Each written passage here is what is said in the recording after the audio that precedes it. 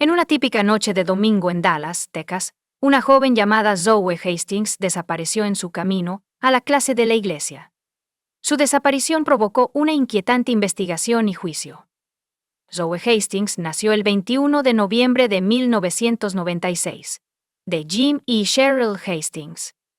Así que era una excelente hermana mayor, pasando mucho tiempo con su hermano y hermanas menores. Los padres de Zoe Hastings la describieron como alguien que se proponía diariamente a hacer felices a los demás. Era extremadamente talentosa en la primavera de 2014. Zoe Hastings se graduó de la Booker Washington High School for the Performing and Visual Arts. Sus intereses se centraban en las artes visuales y el teatro. Mientras estudiaba allí, incursionó en la actuación y el diseño de vestuario. También estaba muy orgulloso de su trabajo como socorrista en la piscina, y al final del verano, la habían promovido a supervisora. Zoe Hastings también era graduada del Seminario Teológico de la Iglesia de Jesucristo de los Santos de los Últimos Días y estaba profundamente comprometida con su fe. Consideró una oferta de 6 universidades de Texas de primer nivel, que incluía la oportunidad de servir en un viaje misionero de 18 meses para la iglesia. Realmente le importaban los demás, a veces descuidando sus propias necesidades. Le gustaba dar pequeños regalos. Zoe Hastings aspiraba a ser doctora y ayudar a las personas a adquirir conocimientos teóricos viendo documentales y videos quirúrgicos. En ese fatídico domingo, 11 de octubre de 2015, Zoe Hastings se dispuso a asistir a una clase de estudio bíblico en la Iglesia de Jesucristo de los Santos de los Últimos Días en Dallas, Texas. Zoe, una joven y entusiasta de 18 años, se había graduado recientemente y esperaba con ansias un viaje misionero con su iglesia en noviembre. Su partida esa tarde no fue diferente a cualquier otro día. Se despidió de sus padres y prometió regresar a casa para su cena familiar tradicional. Cenar juntos era una tradición muy apreciada. Pero la emoción de Zoe por su próximo viaje misionero la llevó a priorizar la clase de estudio bíblico ese día, así que salimos de su casa alrededor de las 4:30 p.m., conduciendo la minivan familiar, con la clase de estudio bíblico comenzando a las 5 p.m. Sus padres esperaban que regresara alrededor de las 6:30 p.m., y se fueron preocupando cada vez más a medida que pasaba el tiempo sin tener noticias de su hija. No solo fue inusual su ausencia, sino que también se perdió la clase de estudio bíblico de las 5 p.m., lo que aumentó su preocupación. Están ansiosos. Jim y Cheryl intentaron contactar a Zoe Hastings a través de mensajes de texto y numerosas llamadas telefónicas. Sin embargo, sus esfuerzos fueron recibidos con silencio. Contactaron a amigos con la esperanza de averiguar dónde estaba, pero ninguno de ellos pudo proporcionar información.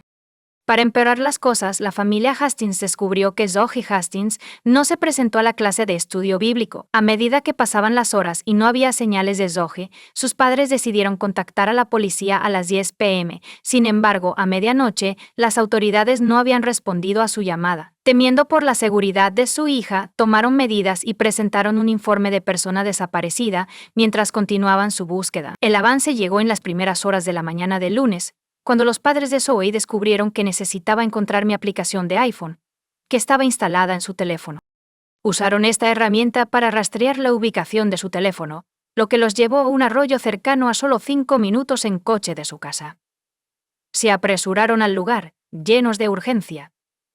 Encontraron una escena de caos y preocupación. Paramédicos de la policía y luces intermitentes rodeaban el área, que estaba acordonada con cinta policial. La minivan de Zoe Hastings fue descubierta en una posición precaria y alarmante, con el morro hacia abajo en el lecho del arroyo, casi verticalmente sumergida en el agua. Los trágicos eventos que ocurrieron esa fatídica tarde de domingo y la madrugada del lunes arrojan luz sobre una serie inquietante de incidentes. La cadena de eventos comenzó cuando Kurt R.N.M., un miembro preocupado del público, paseaba a su perro cerca de Easton Road y Lipid Avenue.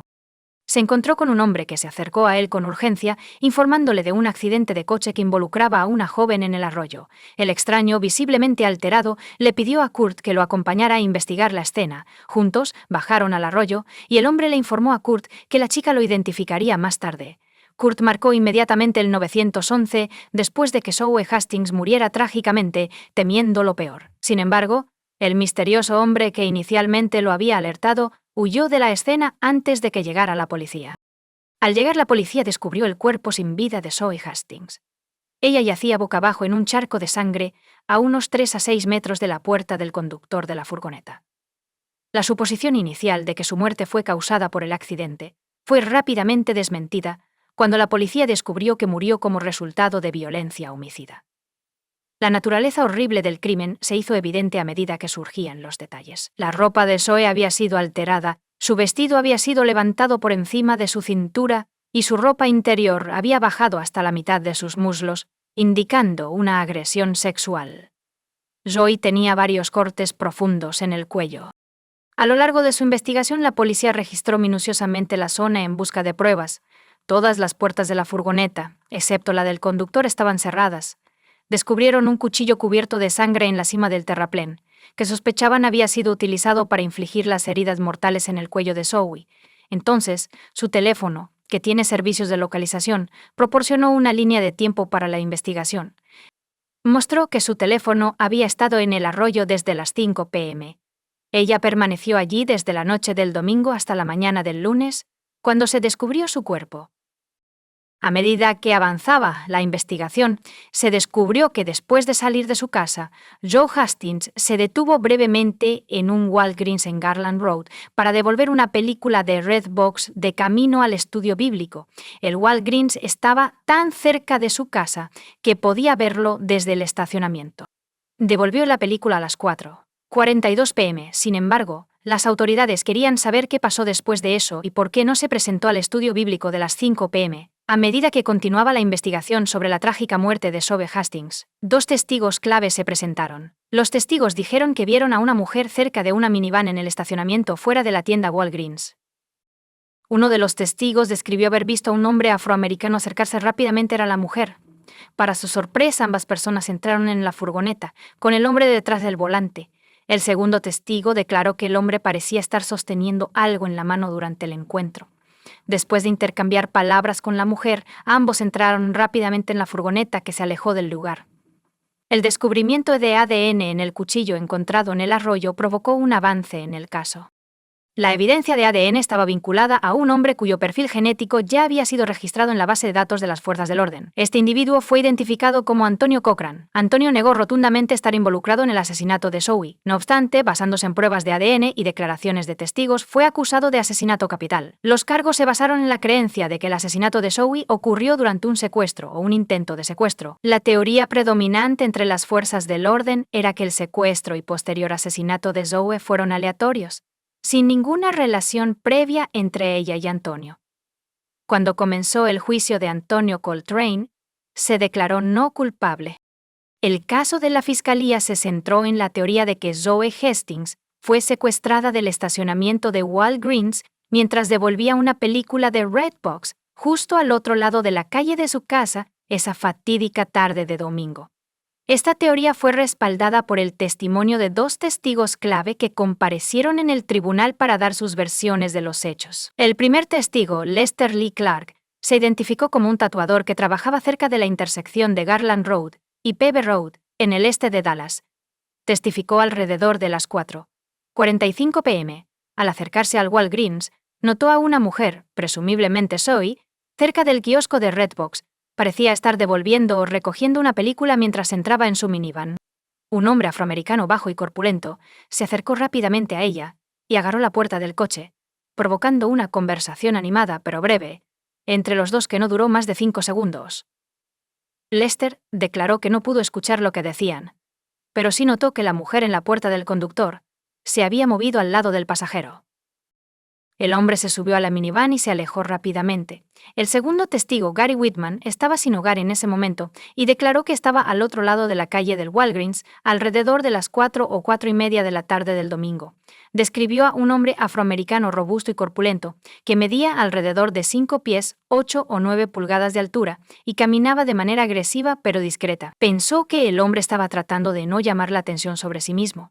Gary informó que el hombre se acercó a la mujer en una minivan en el estacionamiento de Walgreens por detrás, mientras ella intentaba entrar. Afirmó que el hombre extendió los brazos para bloquear su camino y pareció sacar algo de su bolsillo.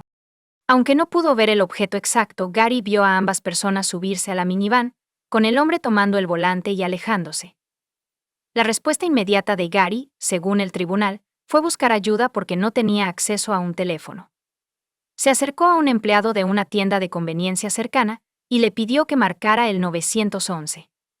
El tribunal escuchó el testimonio de varios investigadores que realizaron las pruebas. Gloria John Dimick, un analista de ADN mitocondrial, le dijo al tribunal que se descubrieron varios cabellos en la escena. Aunque el ADN mitocondrial no proporciona un identificador único, puede usarse para excluir a personas. Según el análisis, el cabello encontrado en el brazo izquierdo de Zoe podría pertenecer a Antonio Cochran.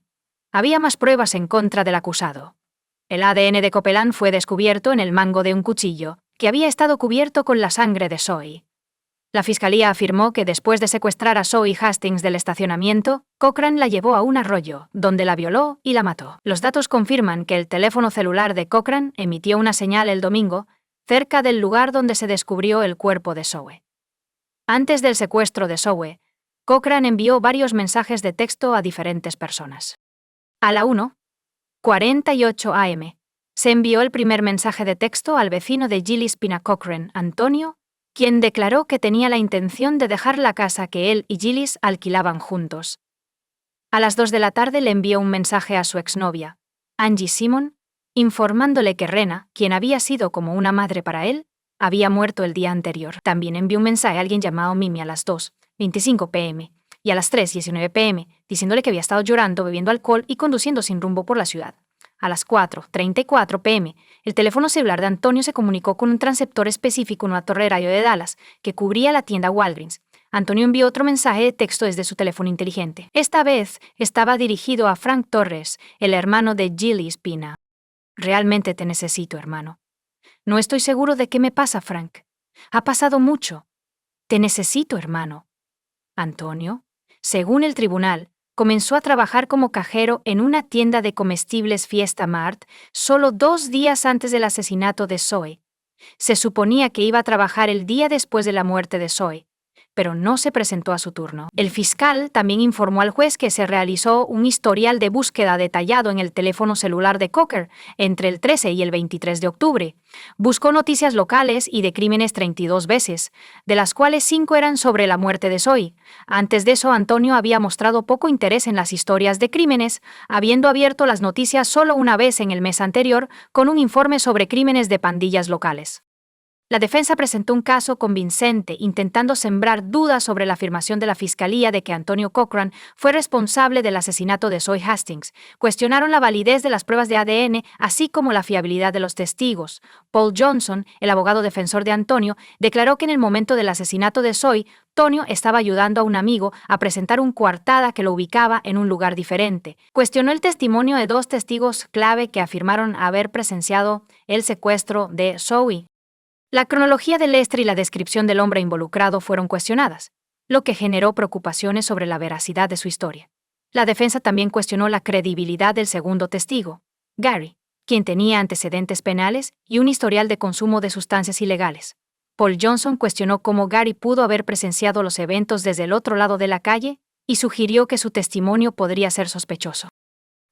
A pesar de las posibles consecuencias para él, Gary insistió en que se había presentado para hacer lo correcto y fue detenido más tarde debido a una orden de arresto activa. El desafío de la defensa incluía la evidencia de ADN.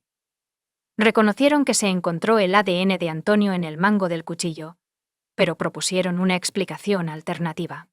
Especularon que su ADN podría haber estado en el cuchillo desde una ocasión anterior, posiblemente mientras trabajaba en un cine local y entraba en contacto con él. Además, la ausencia de huellas dactilares dentro de la minivan puso en duda las afirmaciones de los testigos de que Antonio agarró la puerta durante la supuesta abducción.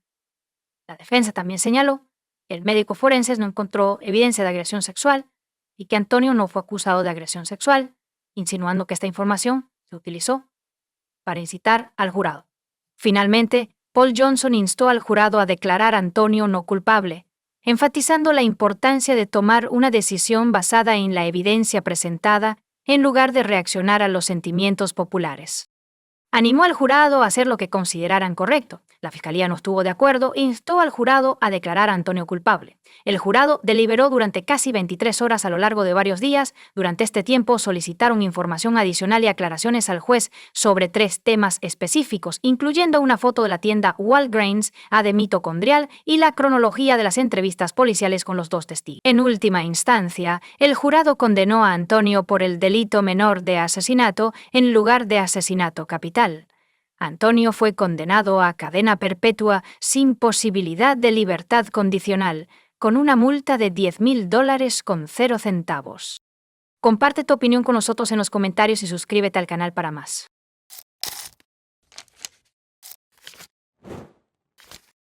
Hola chicos, bienvenidos a mi canal y hoy vamos a echar un vistazo a otro caso horrible con ustedes.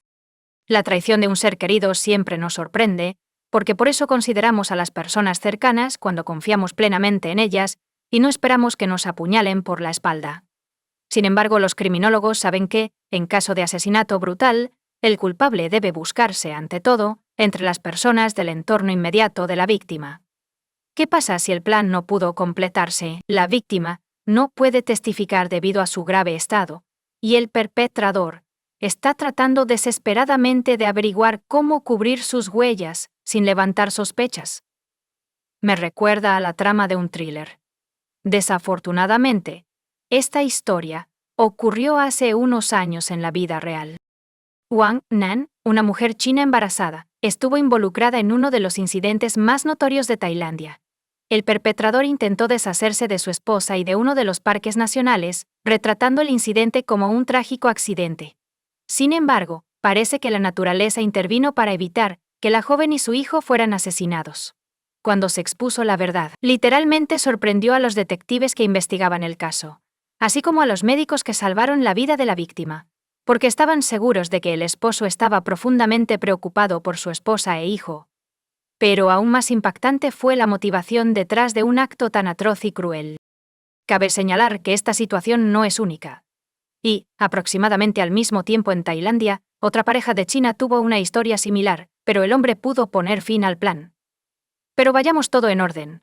La historia de Wang Nan. Wang Nan nació en Nanjing, una gran metrópoli y antigua capital de China, en 1987. Creció en una familia relativamente acomodada y sus padres se esfuerzan por brindarle a su hija la mejor educación posible mientras también fomentan el desarrollo de sus talentos y potencial. La niña sobresalía en la escuela y le resultaba particularmente fácil aprender las ciencias exactas. Wang Nan se inscribió en una universidad prestigiosa después de graduarse, donde estudió los fundamentos de los negocios y las finanzas mientras también aprendía varios idiomas extranjeros. Después de recibir su diploma, la chica consiguió un puesto en una gran agencia de viajes, donde se estableció como una empleada valiosa, responsable y altamente motivada.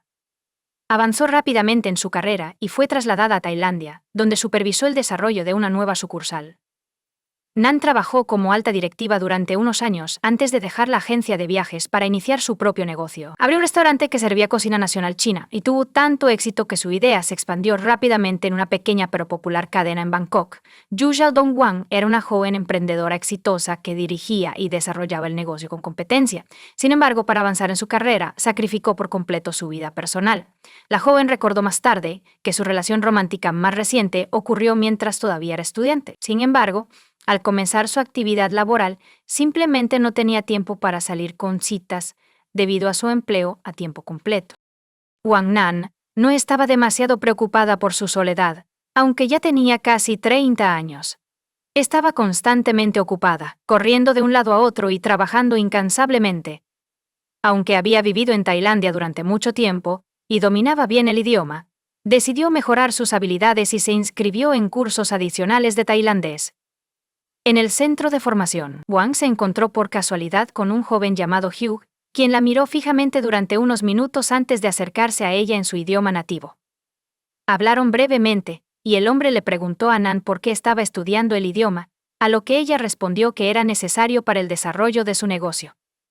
Yu sugirió que intercambiaran tarjetas de presentación para que pudieran conocerse y socializar un rato. Nan se mostró reacia a seguir charlando, pero lo hizo por cortesía. Le dio su tarjeta de presentación, y él le dio la suya a cambio.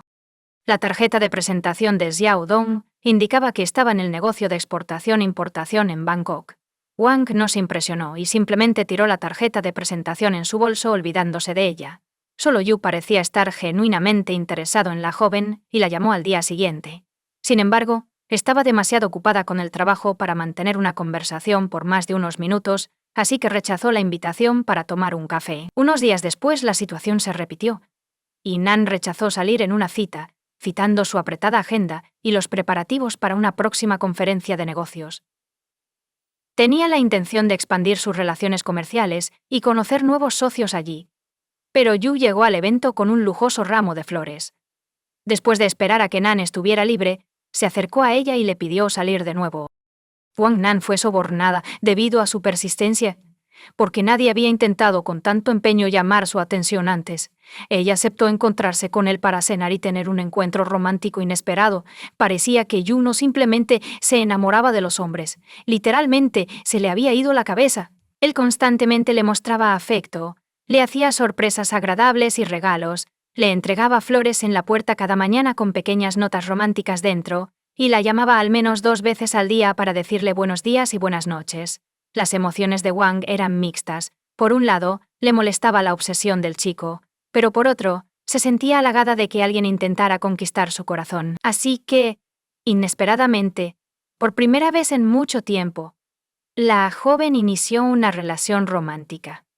Su novio no solo la cortejó de manera hermosa, sino que también intentó ser perfecto en todos los aspectos. Compartía sus intereses y puntos de vista sobre una variedad de temas, aprendió a cocinar los platos favoritos de Wang, intentó diversificar su tiempo libre comprando entradas para varios eventos, y siempre estaba dispuesto a ayudarla en el trabajo. Y en casa, a la primera petición, Wang Nan no podía creer lo feliz que estaba. Le parecía que esto solo sucede en las películas, pero en realidad le estaba sucediendo a ella, excepto que Yu tenía demasiada prisa. Solo llevaban unos meses saliendo, pero él ya estaba planeando una boda y nombrando a sus futuros hijos. Wang se sentía ligeramente avergonzado por este tipo de conversación, pero en momentos como este, Yu comenzaba a hablar sobre cómo ambos estaban en sus 30 años y que era hora de formar una familia, una boda sin anillos ni velos. El hombre no tenía idea de cómo comportarse, ni de cómo responder al comportamiento de su pretendiente. Se dio cuenta de que Yu tenía razón sobre su edad, pero aún cuestionaba si él era la persona adecuada para casarse. Un día, después de otra conversación sincera, Yu le prometió a Nan que demostraría su amor por ella. Esa misma noche, después de haber regresado a casa, el hombre enamorado le envió a su novia una larga y conmovedora carta llena de ternura. Le confesó su amor y prometió ser el mejor esposo y padre para sus hijos. Wang se despertó y encontró al pretendiente en su puerta, sosteniendo un ramo de flores. Xiaochaudong declaró que nunca había sido más serio acerca de sus intenciones y que estaba listo para casarse con ella en ese mismo momento. Nan Kofod dijo que el juzgado no abriría hasta dentro de 1 hora y media, así que Yu se ofreció a ir allí de inmediato. Y si la puerta estaba abierta, registrarían el matrimonio de inmediato. Wang aceptó la empresa, sabiendo que la oficina gubernamental estaría cerrada. Para su sorpresa, la puerta se abrió, y el funcionario autorizado para registrar uniones ya estaba sentado en su escritorio. Yu había organizado todo con anticipación, solicitando que se hiciera una excepción para que él y su novia pudieran casarse temprano en la mañana. Era una boda inusual, sin invitados, sin anillos, sin vestido o velo y sin fotografías memorables. Wang Nan no podía quitarse de la cabeza la sospecha de que todo esto era una mentira, porque ni siquiera le presentó al elegido a su madre, con quien siempre habían estado muy unidas. Cuando recuperó la conciencia, se encontró sosteniendo un certificado de matrimonio. A su lado estaba un esposo feliz y recién casado. Un trágico accidente ocurrió en junio de 2019. Cuando Wang tenía 3 meses de embarazo, su esposo la convenció de planear unas vacaciones y un viaje corto, argumentando que no podrían viajar durante mucho tiempo después de que naciera el bebé. Nan accedió de mala gana, y eligieron la Reserva Nacional de Tailandia, conocida por sus pintorescos bosques y sus únicas pinturas rupestres, que se estima tienen decenas de miles de años de antigüedad. Pero en la mañana del 9 de junio, la tragedia golpeó. Wang Nan cayó desde una altura de 111 pies mientras la pareja estaba en uno de los miradores admirando el amanecer. Cuando los rescatistas llegaron al lugar, un Yu lloroso corrió hacia ellos y les suplicó que salvaran a su esposa y al bebé que llevaba. El hombre afirmó que estaban disfrutando de los primeros rayos del sol naciente cuando su esposa se sintió mal. Ella dio un paso al lado, pero se mareó y cayó antes de que él pudiera recogerla. La joven había caído desde el 10º piso. Tenía múltiples fracturas abiertas, y la situación parecía desesperada. Nan de repente gimió y abrió los ojos. Su esposo dejó de llorar y lamentarse abruptamente, y una expresión de horror cruzó su rostro. Sin embargo, rápidamente se recompuso, agradeció en voz alta al Todopoderoso que su amada siguiera viva, y luego se inclinó hacia su oído y susurró algo sobre la inestable vida familiar china antes de abordar los eventos de ese trágico día. Volvamos 6 meses atrás y veamos cómo era la vida familiar de la pareja. Wang se arrepintió de su matrimonio casi inmediatamente después de que se registrara. Pero al principio, ella esperaba que Yu fuera un buen esposo, un apoyo confiable y un hombre en quien confiar. Desafortunadamente, sus esperanzas no se cumplieron. Y pronto, el nuevo esposo mostró su verdadero carácter. Pasaba casi todo su tiempo en casa jugando a videojuegos, gastando libremente el dinero de su esposa mientras no contribuía en nada al presupuesto familiar. Cuando su esposa le preguntó por qué no iba a trabajar, Xiao Dong explicó que su negocio estaba en una baja estacional y que podía descansar por el momento. Sin embargo, esta ley había crecido demasiado, así que la joven decidió preguntar sobre el trabajo de su esposo. Fue entonces cuando descubrió que su exitoso negocio de exportación e importación existía únicamente en papel y tarjetas de presentación impresas. Wang se dio cuenta de la magnitud de su error en ese momento, ya que ni siquiera había considerado redactar un acuerdo prenupcial. Así que ahora su esposo puede gastar libremente lo que ella gana, y si se divorcian, él reclamará su propiedad. La pareja tuvo una conversación seria durante la cual Yu lloró como un niño y le aseguró que superaría sus dificultades temporales y encontraría un buen trabajo. Sin embargo, pronto quedó claro que no iba a buscar nada y estaba bastante contento de estar a la sombra de su esposa. Era un hombre adulto que se comportaba como un niño. Pasaba casi todo su tiempo jugando a videojuegos, y si hacía algo en casa o ayudaba a su esposa en el restaurante, se aseguraba de pedirle dinero para él.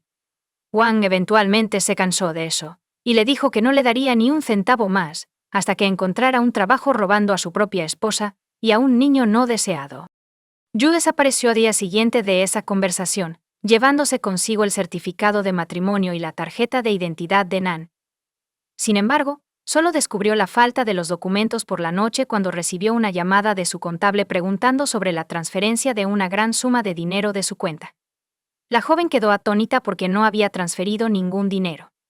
Sin embargo, adivinó de inmediato quién lo había hecho. El esposo transfirió más de $500,000 a su cuenta personal mientras proporcionaba al banco su certificado de matrimonio, los documentos de su esposa y aseguraba que era su dinero conjunto que gestionaban juntos. Wang no dudó en contactar a la policía para denunciar el robo y el esposo fugitivo fue detenido unas horas más tarde mientras intentaba retirar algunos de los fondos robados. Yu sollozó de nuevo en la estación, esta vez de rodillas, suplicándole a su esposa que lo perdonara. Admitió que había perdido una gran suma de dinero en el juego, y ahora estaba siendo amenazado de muerte para saldar la deuda. Además, se descubrió que no era su primer encuentro con la policía.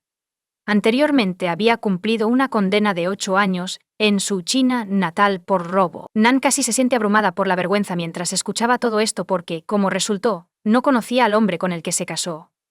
Sin embargo, la joven creía que el juego era una enfermedad y que necesitaba ayudar a su esposo a superar su adicción y regresar a una vida normal. Wang no solo aceptó pagar la mitad de la deuda de su esposo, sino que también lo nombró gerente de uno de sus restaurantes.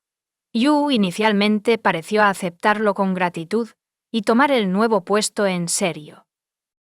Incluso ideó una estrategia efectiva para el crecimiento del establecimiento, pero su entusiasmo fue efímero. Pronto, comenzó a pasar más tiempo en videojuegos y entretenimiento. Durante ese tiempo, Wang descubrió que estaba embarazada e informó a su esposo, pero él reaccionó de manera extraña, incluso agresiva. Yu afirmó que aún no estaba preparado para esto y persuadió a su esposa para que abortara, lo cual ella se negó rotundamente a hacer. El esposo luego amenazó con el divorcio y declaró que tenía la intención de obtener una orden judicial para dividir la propiedad. No le habló a su esposa durante varios días antes de suavizarse de repente y disculparse. Yu admitió que dijo tonterías sobre las emociones. De hecho, emocionado por la próxima llegada, volvía a cuidar, cocinar y ayudar en la casa. Un viaje fatídico. Wang estaba extasiada 2 meses después porque su matrimonio casi había alcanzado la perfección, como prometió su amante al inicio de su relación. Él era atento, cariñoso y responsable en su papel de gerente, preparando activamente su hogar para la llegada de un niño. Un día Xiaodong ofreció asegurar la vida y la salud de su esposa porque estaba embarazada, y tal medida ayudaría a protegerla a ella y al bebé en caso de diversas circunstancias imprevistas. La joven aceptó de buen grado e incluso se preguntó por qué no lo había pensado antes. Yu contrató el seguro al día siguiente, y unas semanas después, mencionó tomar unas vacaciones para relajarse y desconectar. Nan estaba dudosa, pero su esposo insistió, alegando que no tuvieron luna de miel y que con un bebé no podrían viajar en los próximos años.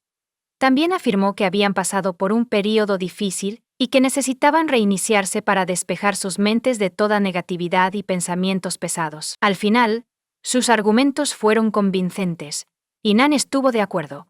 Su esposo eligió el lugar, reservó el hotel, planificó las actividades y organizó los itinerarios para asegurarse de que el viaje fuera emocionante y educativo, sin agotar a la mujer embarazada.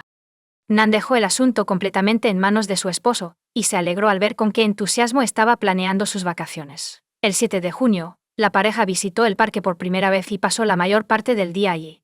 Caminaron mucho y vieron muchos lugares hermosos y miradores.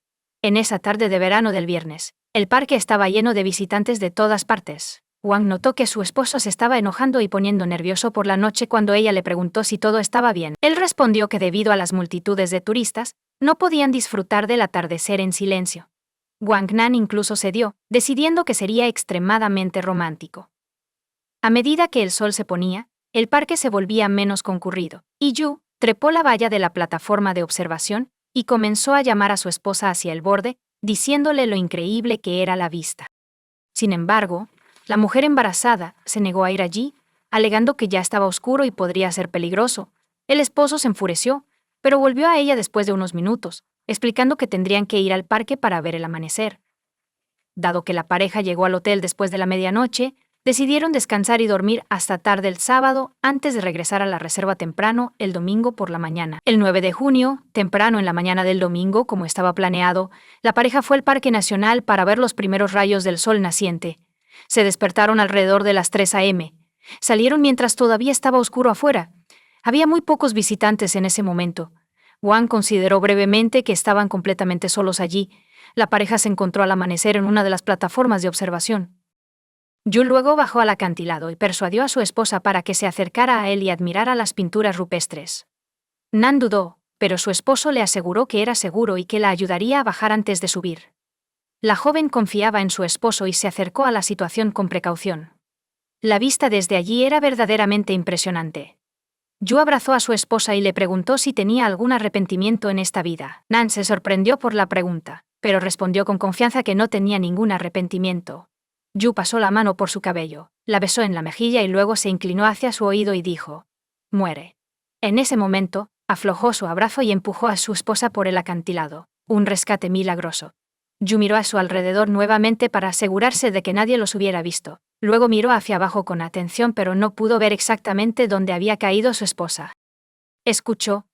Estaba en silencio, nadie gritaba ni pedía ayuda, lo que significaba que tampoco había testigos abajo.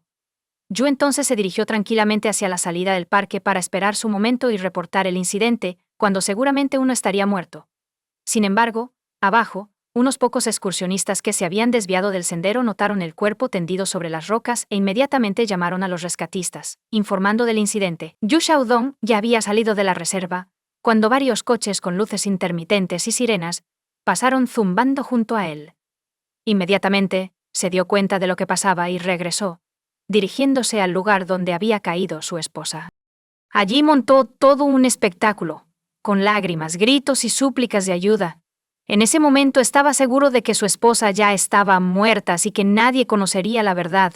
Pero como resultó ser durante la caída, Nan se enganchó en las ramas de los árboles, lo que redujo la velocidad, y aterrizó primero en los arbustos y luego rodó sobre las rocas. Todo esto amortiguó el impacto y salvó las vidas de Wang y su hijo, pero no las salvó de lesiones graves mientras Yu lloraba y lamentaba que no quería vivir sin su amada esposa e hijo. De repente, ella abrió los ojos y trató de decir algo, pero no pudo. En ese momento todos notaron el horror genuino en el rostro de su esposo, pero rápidamente se recompuso, se inclinó hacia su esposa y le susurró al oído en chino que debía guardar silencio si quería vivir y tratar de terminar el trabajo. A la víctima se le diagnosticó trauma craneal, múltiples fracturas cerradas y abiertas, laceraciones, contusiones en los tejidos blandos, órganos internos rotos y una pérdida masiva de sangre.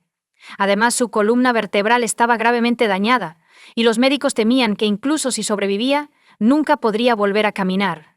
Wang pasó varios días en coma, conectada a máquinas de soporte vital. Durante este tiempo, su esposo literalmente nunca se separó de su lado, pasando días y noches en su habitación. Los médicos aplaudieron tal devoción y amor. Pero de hecho, cada vez que Yu estaba a solas con su esposa, pensaba en cómo acabar con ella sin levantar sospechas. Examinó los aparatos, pero aún no podía averiguar cómo desactivarlos discretamente. La terrible verdad y la pérdida de un hijo. Cuando ella recobró el sentido, su esposo estaba aterrorizado. No la dejaba sola, ni por un momento, temiendo que en cualquier momento ella hablara y le contara a la policía la verdad sobre lo que había sucedido. Una vez a solas, la amenazó de nuevo, diciendo que no tenía nada que perder. Durante el primer interrogatorio, la víctima confirmó las palabras de su esposo diciendo que su caída fue el resultado de un mareo. Pero unas horas más tarde, cuando su esposo salió un momento, Nan le pidió a la enfermera que llamara a la policía nuevamente y que no dejara entrar a su esposo en la habitación. Fue entonces cuando contó la espantosa historia de su caída, afirmando que su esposo había intentado matarla. Yu irrumpió en la habitación, gritando que su esposa estaba loca por el golpe en la cabeza y que nunca le haría daño a ella ni al bebé. Pero las palabras del hombre sonaban extremadamente poco convincentes, y fue detenido el mismo día en el hospital. Fue acusado de varios cargos a la vez, incluyendo intento de asesinato así como intimidación en caso de que la víctima hablara. Cuando su esposo fue arrestado y enviado a la cárcel a esperar juicio, Wang respiró aliviada. Todavía le quedaba un largo periodo de rehabilitación por delante, pero ahora se sentía segura. Al principio había esperado que el embarazo pudiera salvarse porque el bebé había sobrevivido a la caída desde las alturas. Sin embargo, debido a los fuertes analgésicos, fueron necesarias varias operaciones bajo anestesia general, así como la necesidad de inyectar antibióticos. Los médicos insistieron en el aborto porque la prioridad era la vida de la madre, y el feto, con toda probabilidad, aún moriría por tantas drogas. Fue un gran shock para Nan, pero siguió las recomendaciones del médico. Juicio y sentencia. Xiaodong negó categóricamente su culpabilidad y seguía insistiendo en la versión del accidente. En la prisión, se comportó con calma, contrató buenos abogados y estaba seguro de que escaparía del castigo, o que éste no sería demasiado severo. Los investigadores y el fiscal a cargo del caso no tenían dudas de que el acusado había cometido el crimen por interés propio y la esperanza de recibir un gran pago de seguro, así como heredar la fortuna de su esposa, que en ese momento ascendía a casi $2,5 millones. Sin embargo, en uno de los interrogatorios, Yu literalmente dejó a todos boquiabiertos al hablar de otro motivo para su acto inhumano. Resulta que se molestó con su esposa cuando ella aceptó pagar solo la mitad de su deuda debido a su pasión por el juego. En opinión del hombre, si su esposa realmente lo amara, habría pagado todas sus deudas porque ella tenía el dinero. Xiaodong entonces decidió que Wang no lo amaba, y que tenía el derecho de castigarla por ello. Después de estas palabras, el acusado se quedó en silencio y al darse cuenta de que había dicho demasiado, dijo que lo habían malinterpretado. Pero su confesión inesperada, así como el testimonio de Nan, fueron suficientes para enviarlo a prisión por mucho tiempo. En marzo de 2021, el acusado fue declarado culpable y condenado a cadena perpetua, pero Xiaodong y sus abogados presentaron varias apelaciones, y 6 meses después, el tribunal tailandés mostró una increíble clemencia, reduciendo la cadena perpetua a solo 10 años de prisión. Juan y sus seres queridos quedaron impactados por la decisión, diciendo que una sentencia tan indulgente sentaría un mal precedente que podría alentar a otros a cometer actos igualmente horribles. También en Tailandia, alrededor de la misma época, ocurrió un caso similar en la isla de Phuket, donde un nacional chino ahogó a su esposa, alegando que fue un accidente de natación en la playa. También lo hizo por el seguro. Dado que se probó el hecho del asesinato, el hombre fue condenado a muerte. Xiao Dong, por otro lado, fue condenado a solo 10 años por el intento fallido de asesinato y, de hecho, por el asesinato del feto. Como resultado hasta la fecha el destino de Huang Nan. El veredicto final en el caso de un hombre aún no se ha emitido. Yu está cumpliendo su condena de 10 años, y la mujer herida está tratando de impugnar la decisión del tribunal. En paralelo, Yu también está presentando apelaciones en un intento de probar su inocencia y ser liberada, ya que Xiao Dong defendió a sus numerosos parientes que afirmaban que él era un empresario rico y que estaba mal casarse con él por motivos egoístas. Sin embargo, no hay forma de probarlo, ya que el hombre no tiene más que enormes deudas. En cuanto a Nan, contrariamente a las predicciones del médico, después de una serie de complicadas cirugías y una larga rehabilitación, la joven pudo volver a ponerse de pie. Aprendió a caminar de nuevo, y la mayor parte del dinero que ganaba lo gastaba en su recuperación. En 2023, Nan volvió a trabajar y pudo revitalizar su negocio, que una vez fue exitoso. También ha creado y dirigido una organización dedicada a ayudar a las mujeres que son víctimas de la violencia doméstica. También dirige su propio blog, tratando de advertir a las mujeres sobre los errores que ella misma cometió. Comparte tu opinión con nosotros en los comentarios y suscríbete al canal para más.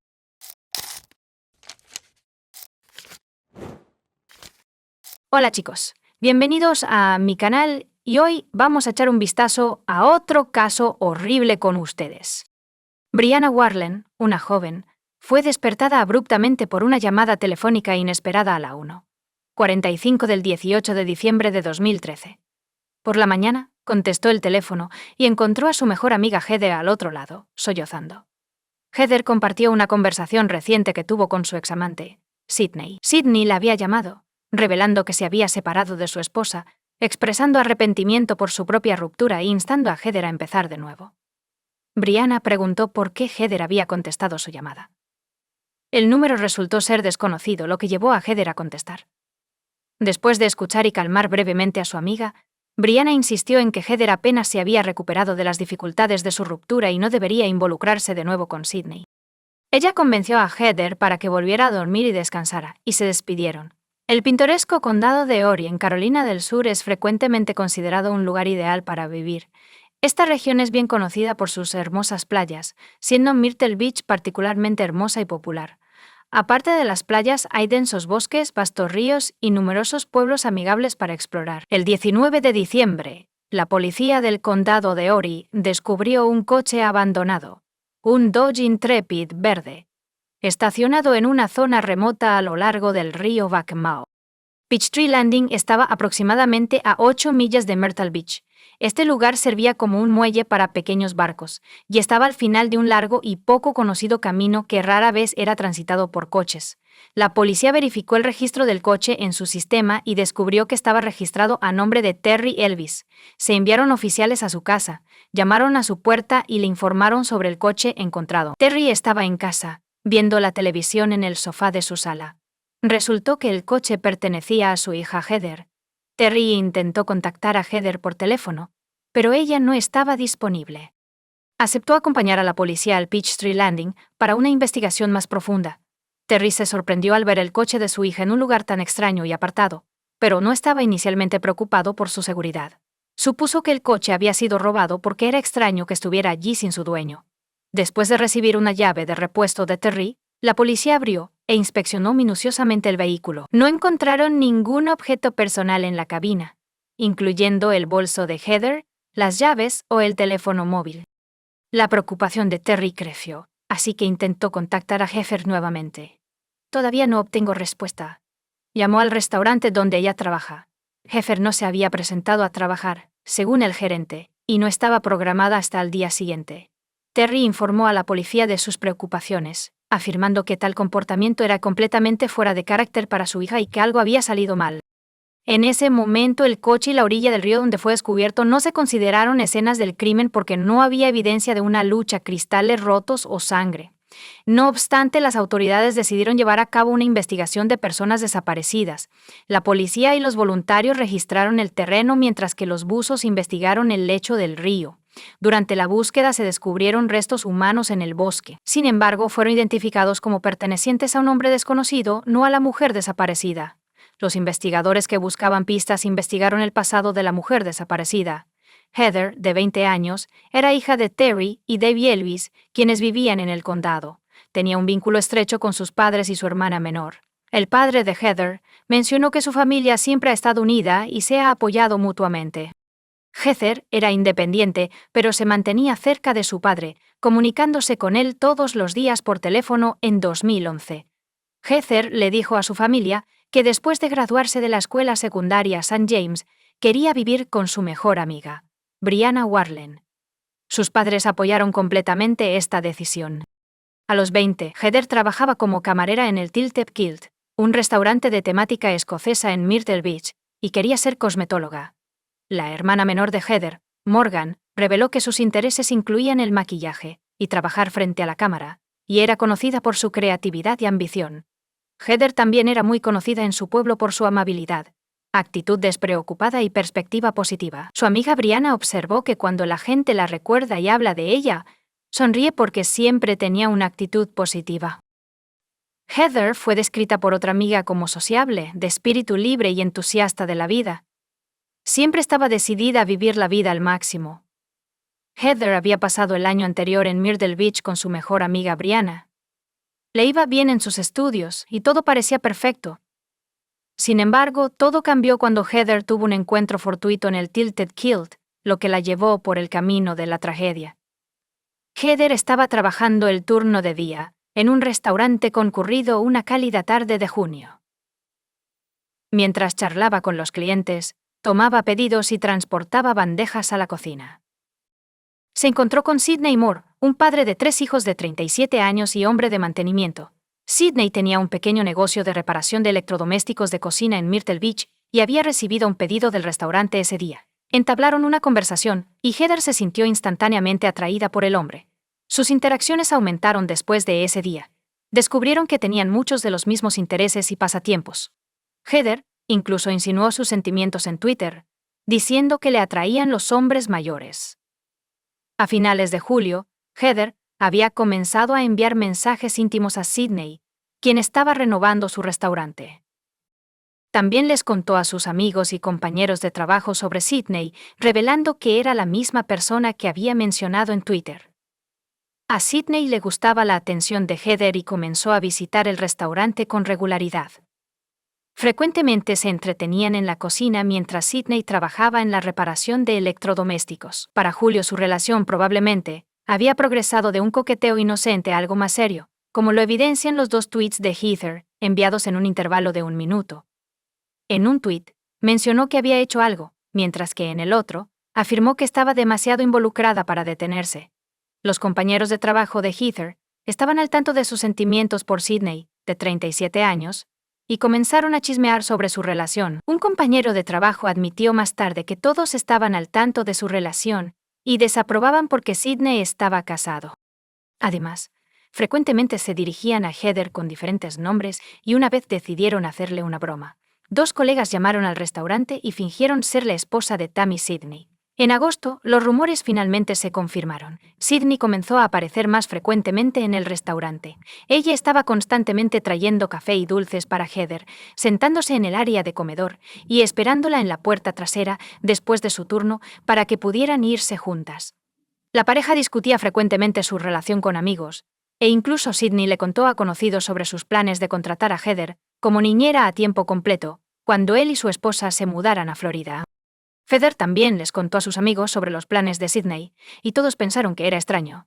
Los amantes estaban constantemente al teléfono, y frecuentemente conducían a lugares remotos y apartados en sus coches para tener llamadas íntimas. Heather sabía que esta era una relación tóxica. Heather le decía repetidamente que estaba cansado e insatisfecho con su esposa y que quería irse.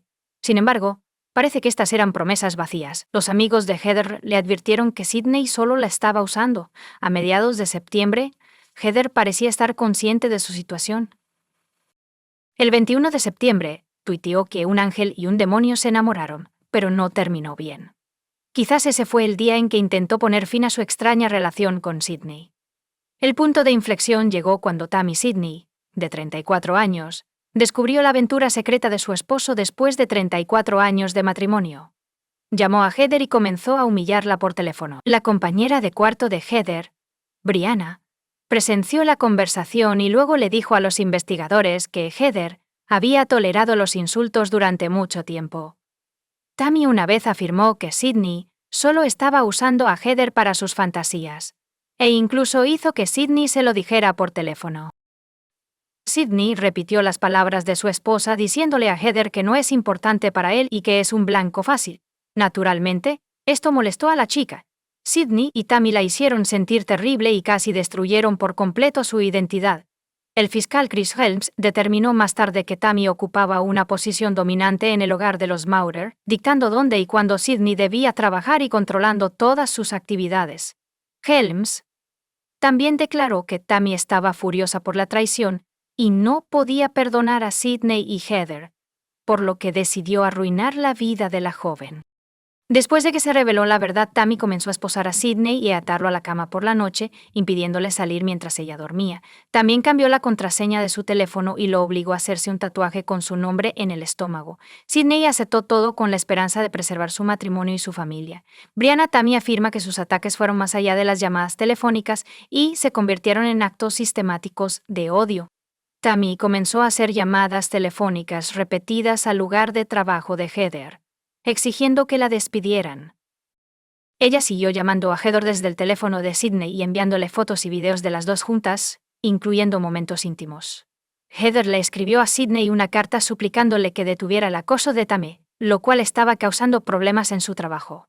Se sentía triste y molesta por cómo la trataba el hombre que amaba. Heather intentó todo lo que pudo para retomar su vida, incluyendo comenzar a asistir a la iglesia con su mejor amiga a principios de noviembre. Tammy le envió a Heather nuevos mensajes amenazantes, exigiendo que le proporcionara su dirección. Tammy advirtió a Heather que si no cumplía, la encontraría y le impondría severas consecuencias.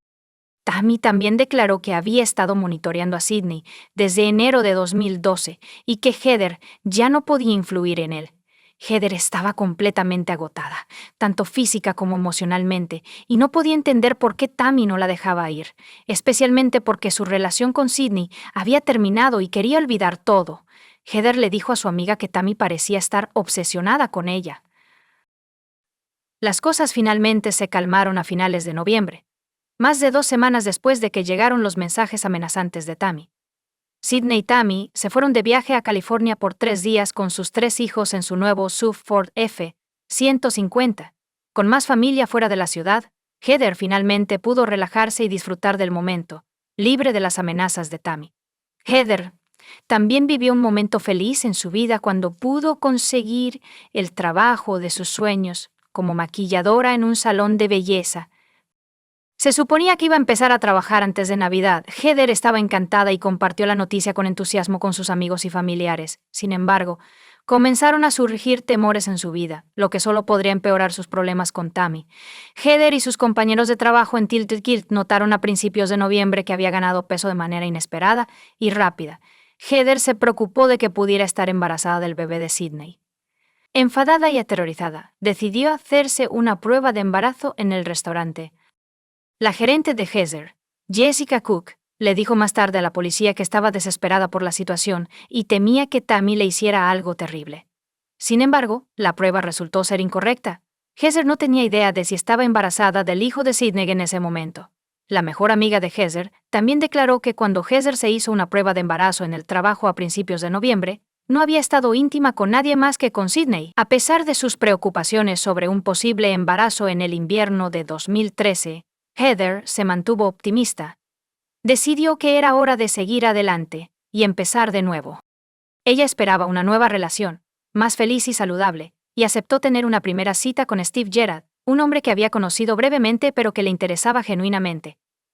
Heather y Steve se conocieron el 17 de diciembre alrededor de las 10 p.m. y decidieron dar una vuelta por Myrtle Beach para ver las luces navideñas.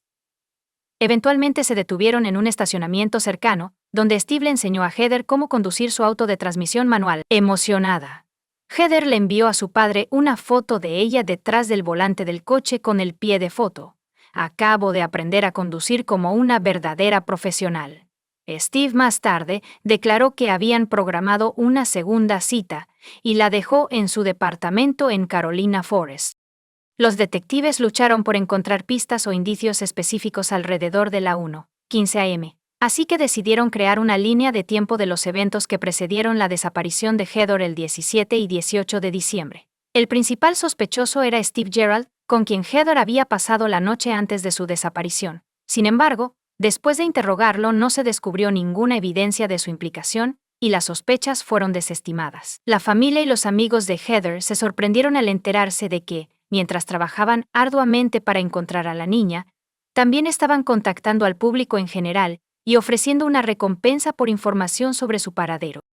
Tammy Moore, al mismo tiempo, se volvió activa en las redes sociales y continuó insultando a Heather. El 20 de diciembre, Brianna y sus colegas del restaurante informaron a la policía sobre el romance entre Sydney y Heather, causando indignación y llamando la atención de los investigadores que llevaban la investigación. Los detectives citaron a Sydney para interrogarlo. Sydney fue evasivo y reservado durante todo el interrogatorio, afirmando que no estaba cerca del aterrizaje de Peachtree la noche del 17-18 de diciembre. También afirmó que no había tenido contacto con Heather y que estaba viajando con su esposa Tammy en ese momento. Los detectives sospechaban que él estaba mintiendo, pero necesitaban pruebas. Fue entonces cuando los investigadores revisaron el historial de llamadas y los registros telefónicos de Heather y descubrieron las primeras pistas, reconstruyendo los movimientos de Heather el día en que desapareció. Intentaron establecer la conexión de Sydney con estos eventos. Según Brianna, Heather recibió una llamada de un número desconocido el 18 de diciembre por solo 5 minutos. Heather luego intentó repetidamente devolver la llamada al número. A partir de la 1:35 a.m. marcó el número 9 veces indicando su deseo de hablar con alguien que conocía. La policía pudo determinar la ubicación exacta donde se realizó la llamada. Había una cabina telefónica cerca de una gasolinera en Myrtle Beach. Las imágenes de vigilancia revelaron que un hombre desconocido estaba entrando en la cabina telefónica en el momento en que Heather recibió la llamada. Toda esta evidencia fue presentada a Sydney, quien inicialmente negó haber hecho la llamada antes de admitir que llamó a Heather para pedirle que lo dejara en paz. Tammy Moore también fue llamada para ser interrogada, donde habló sobre su matrimonio y la situación, pero negó cualquier implicación en la desaparición de Heather. También declaró que Heather llevaba un estilo de vida inapropiado y que su comportamiento era anormal. Tammy sostuvo que el problema no era solo la infidelidad de Heather, sino también su comportamiento en general. Basándose en sus sospechas, los detectives decidieron revisar todas las cámaras de seguridad del vecindario, lo que rápidamente arrojó pruebas. Poco antes de la llamada de Heather, Sydney fue grabado en video comprando una prueba de embarazo en un supermercado local. Cuando le preguntaron si la prueba era para él, el hombre respondió que era para su esposa. Más tarde se descubrió evidencia aún más convincente, grabaciones de cámaras instaladas a lo largo de un tramo remoto de carretera que conduce al Peachtree Landing. Estas cintas mostraban una Ford F-150. Es muy similar al vehículo de Sydney acercándose al lugar donde se descubrió el coche de Heather a las 3:36 a.m. Después de unos 10 minutos se van de la zona. Los expertos confirmaron más tarde que el SUV visto en el video pertenecía a Sydney. Él fue la última persona con la que Heather habló, y los investigadores creen que fue la última persona en verla en el Peachtree Landing. Usando los registros telefónicos de Heather, los investigadores pudieron crear una línea de tiempo de sus movimientos recientes. A las 2:30 a.m., el teléfono de Heather llamó al número del teléfono público que Sydney estaba usando, pero no hubo respuesta. Luego fue a Longbeard's Bar and Grill, en Carolina Forest, que no está lejos de su apartamento. Se quedó allí durante unos 15 minutos antes de dirigirse hacia Augusta Plant Drive. Luego regresó a su barba larga y permaneció allí durante 15 minutos más. Heather intentó llamar a Sydney de nuevo, pero no obtuvo respuesta, así que fue a su apartamento y se quedó allí durante 5 minutos. El teléfono de Sydney recibió otra llamada a las 3:25 a.m., la cual contestó, y hablaron durante 4 minutos hasta las 3:37 a.m. El teléfono de Heather estaba en Peachtree Landing, y ella intentó llamar a Sydney 3 veces, todas las cuales no fueron respondidas. La última llamada a Sydney se hizo a las 3:41 y para las 3:42, el teléfono ya había sido desconectado. Las grabaciones de seguridad del vehículo de Sydney sirvieron como evidencia incriminatoria. Sin embargo, se descubrió evidencia comprometedora adicional durante una búsqueda en la casa de los Moore, después de que los investigadores obtuvieron una orden de registro. De manera sospechosa, los Moore retiraron su sistema de videovigilancia del hogar el 20 de diciembre y lo reemplazaron al día siguiente. Aunque los investigadores no pudieron obtener grabaciones del sistema anterior, sí confiscaron las del nuevo. El video muestra a Sidney y Tammy limpiando a fondo el interior de su coche y luego quemando los trapos que usaron para limpiarlo todo el día en que se instaló el nuevo sistema de vigilancia. En 2014, meses después de la desaparición de Heather Elvis, la policía hizo un avance en el caso. El 21 de febrero de ese año, Sidney y Tammy Moore fueron arrestados bajo cargos de secuestro de Heather. Más tarde fueron acusados de asesinato, a pesar de que el cuerpo de Heather nunca había sido encontrado. Sin embargo, mientras estaban en la cárcel, los Moore se negaron a testificar. La policía continuó su búsqueda del cuerpo de Heather porque no tenían suficientes pruebas para procesar los cargos de delito grave. Finalmente, los cargos de asesinato fueron desestimados. Sin embargo, el cargo de secuestro se mantuvo. Debbie, la madre de Heather, estaba decepcionada de que se hubieran retirado los cargos, pero aliviada de no tener que asistir al juicio y enterarse de los detalles de lo que pudo haberle pasado a su hija. La familia de Heather esperaba que eso motivara a posibles testigos a testificar. Finalmente, los 5 meses de Sidney Moore en custodia no son el final de la historia. En 2017 fue condenado por obstrucción a la justicia y sentenciado a 10 años de prisión. Después de esto, Sidney y Tammy estaban programados para ser juzgados por el secuestro de Heather Elvis. El caso despertó un intenso interés público y recibió una amplia cobertura mediática. En 2019, 6 años después de la desaparición de Heather, se llevaron a cabo varias largas audiencias judiciales, durante las cuales se presentaron numerosos testimonios de testigos, pruebas y evidencias de la implicación de la pareja en el crimen. Después de 2 horas de deliberación, el jurado llegó a su decisión y se hizo justicia. Sidney y Tammy Moore fueron condenados por el secuestro de Heather Elvis. Los Moore fueron condenados a 30 años de prisión cada uno por sus crímenes y la conspiración asociada. El esposo y la esposa cumplirán sus penas de manera concurrente. Después del veredicto, Sidney solicitó hablar en la corte. A pesar de la condena, se mantuvo firme en su inocencia. Se dirigió a los padres de Heather con comprensión y simpatía, diciendo que su hija era una chica maravillosa y que, como padre, lamentaba la tragedia que le había ocurrido. Admitió que no podía deshacer lo que había sucedido entre él y Heather. Pero nada podía cambiar ahora. Los padres de Heather dieron una entrevista después del juicio, que fue extremadamente difícil para ellos. Expresaron la esperanza de que esto no fuera el final, y que Sidney también eventualmente revelaran la verdad sobre el crimen. Describieron a su hija como una joven brillante y sincera que sufrió a manos de hombres engañosos y crueles. Los seres queridos de Heather organizaron una campaña en su cumpleaños en el parque público donde se descubrió su coche. Los residentes de la zona llevaron flores y donaciones al sitio del memorial. Los fondos recaudados se donaron a un centro para personas desaparecidas como un tributo a Heather y para ayudar a su familia en la búsqueda de su hija y en el descubrimiento de la verdad. El cuerpo de Heather Elvis aún no ha sido encontrado. Cada año en su cumpleaños, su familia publica anuncios de personas desaparecidas con la esperanza de atraer la atención y mantener vivos los recuerdos de ella y de otras personas desaparecidas. La madre de Phoebe Heather declaró que no podía encontrar paz hasta saber qué había pasado con su hija. Ella sigue con la esperanza de que su persistencia ayude a descubrir la verdad y que alguien eventualmente les diga qué le pasó a Heather. Comparte tu opinión con nosotros en los comentarios y suscríbete al canal para más.